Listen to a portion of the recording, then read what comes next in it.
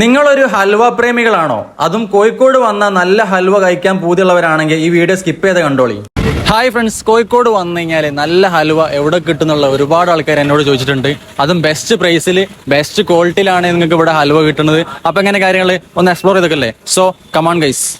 ഹൽവയിലേക്ക് നോക്കിക്കഴിഞ്ഞാൽ അനാറ്, കിവി, അത്തിപ്പഴം, വാൾനട്ട്, ഡ്രാഗൺ ഫ്രൂട്ട്, അതുപോലെ തന്നെ ബദാം, ബനാന, ക്യാരറ്റ്, വാട്ടർമെലോൺ, കാന്താരി, പൈനാപ്പിൾ ഡ്രൈ ഫ്രൂട്ടും അതുപോലെ തന്നെ ചോക്ലേറ്റ് ഡ്രൈ ഫ്രൂട്ടും, ഇളനീര്, ഗോതമ്പ്, അരി, ബദാം.